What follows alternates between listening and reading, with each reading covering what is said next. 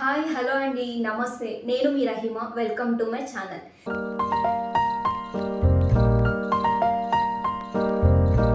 So ఈరోజు మీకోసం ఇంకొక కొత్త ఇన్ఫర్మేషన్తో అయితే మీ ముందుకు వచ్చేసాను. సో మరి అది ఏంటి అని అనుకుంటున్నారా? మైక్రోబయాలజీ గురించి కొంచెం బ్రీఫ్గా అయితే మీకు చెప్పేశాను.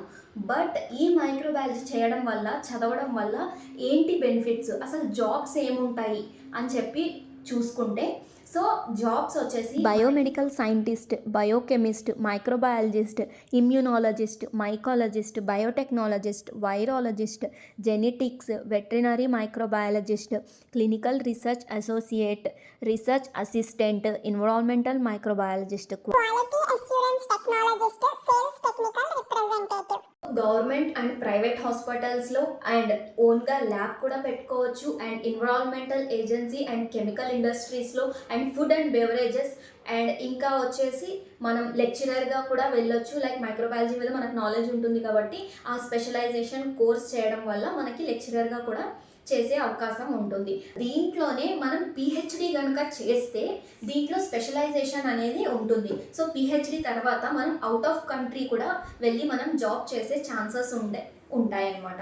సో మనకి ఈ మైక్రోబయాలజీ అనేది చాలా valuable and important course.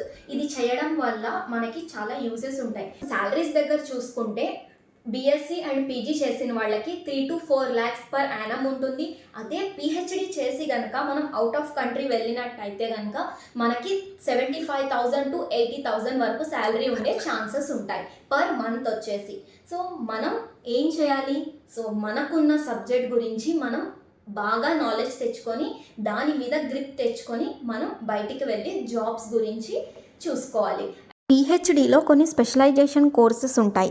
So ఇవి చేయడం వల్ల మనకి ఇంకా చాలా బెనిఫిట్స్ ఉంటాయి. అవి వచ్చేసి industrial microbiology, cellular microbiology, agriculture microbiology, veterinary microbiology and microbial evolutionary microbiology, pharmaceutical microbiology, environmental microbiology, soil microbiology. ఇవి పీజీలో చేస్తే చాలా మంచిది. Thanks for watching my video.